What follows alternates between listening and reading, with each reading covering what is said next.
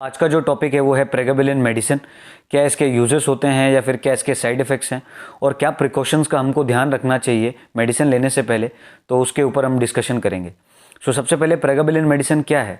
प्रेगाबेलिन medicine एक प्रकार की एंटी एपिलेप्टिक या फिर एंटी कन्वल्सेंट मेडिकेशंस होती हैं जो कि हमारी नर्व्स में कामिंग इफेक्ट प्रोड्यूस करती हैं। मीन्स अगर किसी भी प्रकार की अगर नर्व पेन की समस्या हो रही है तो ये मेडिसिन सबसे असरदार मेडिसिनों में से एक है। इसके अलावा ये कॉमनली अवेलेबल होती है कैप्सूल या फिर टैबलेट के फॉर्म में, और ये 25 mg, 50 mg, 75 mg, 100 mg, even 150 और 200 के फॉर्म में भी ये अवेलेबल होती है। अब हम जान लेते हैं क्या इसके यूजेस होते हैं। तो कॉमनली अगर देखा जाए तो ये न्यूरोपैथिक पेन या फिर शियाटिक पेन में बहुत ही असरदार दवाई है। मीन्स अगर नसों में किसी भी प्रकार का पेन एग्रावेशन हो रहा है, मीन्स अगर दर्द ज़्यादा हो रहा है नसों में, तब ये मेडिसिन बहुत ही उपयोगी है। तो ये न्यूरोपैथिक और शियाटिक पेन में अगर हम देखें, कॉमनली अगर लोअर बैक पेन हो रहा हो पेशेंट को, मीन्स कमर में दर्द महसूस हो रहा हो, तब भी ये बहुत ही अच्छी मेडिसिन होती है। सेकेंड जो कंडीशन है इसके अंदर वो है फाइब्रोमाइल्जिया। फाइब्रोमाइल्जिया एक प्रकार की एक ऐसी कंडीशन है जब हमारे शरीर के किसी भी हिस्से की मसल्स में अगर पेन महसूस हो रहा होता है और उसको ये रिलीव करती है, उसको ये अच्छे से उस पेन को कम करती है ताकि वो पाथवे को ब्लॉक कर सके और एक अच्छा वे उसमें प्रोड्यूस कर सके। इसके अलावा ये एपिलेप्सी या फिर एंग्जाइटी में बहुत ही अच्छा इसका रोल होता है।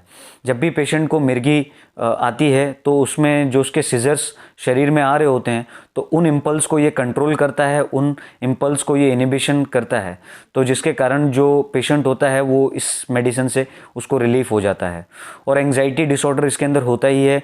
अगर पेशेंट को घबराहट भी हो रही होती है या फिर किसी भी प्रकार की बेचैनी फील होती है, तब भी ये मेडिसिन दी जाती है। और ये माइग्रेन जैसी कंडीशन में भी बहुत ही उपयोगी मेडिसिन है।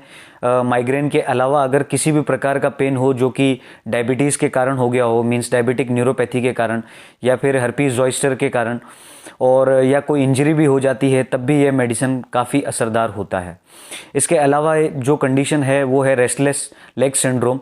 ये एक प्रकार की ऐसी कंडीशन होती है जब हमारे जो लेग्स होती हैं उनका अनकंट्रोल्ड इम्पल्स अगर आता है, और कॉमनली ये शाम के वक्त जो पेशेंट होता है उसकी टेंडेंसी होती है अपनी लेग्स का मूवमेंट होने की, तो उसको भी ये बहुत ही अच्छी तरीके से कंट्रोल करती है प्रेगाबेलिन।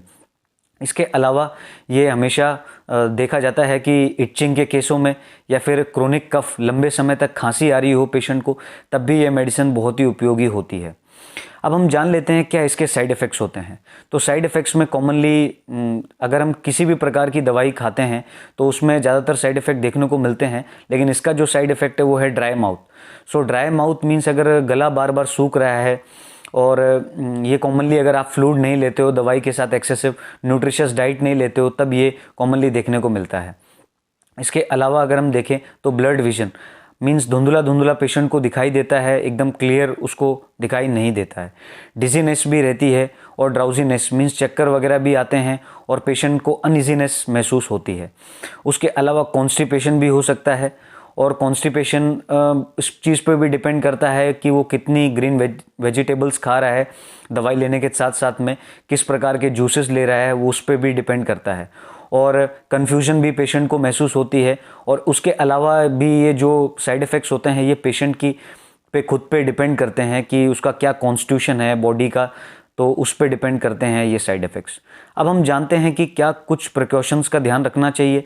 सबसे पहली चीज़ ये है, ये मेडिसिन कभी भी खुद से नहीं लेनी है, हमेशा डॉक्टर्स के एडवाइस में ही ये मेडिसिन लेनी है। और अगर 18 साल से कम एज है तो उस पेशेंट को कभी भी प्रिस्क्राइब ज़्यादातर नहीं करना है, क्योंकि उसके कारण बहुत सारे कॉम्प्लिकेशंस प्रोड्यूस हो जाते हैं। और जो मेडिसिन है उसको एक लिमिटेड वे में लेना है, और आपको एक्सेसेस में नहीं लेना है, क्योंकि इसके बहुत सारे अनफेवरेबल इफेक्ट हो सकते हैं बॉडी के अंदर। ये कुछ कॉमनली प्रेगाबेलिन मेडिसिन के बारे में जानकारी थी। Thank you friends.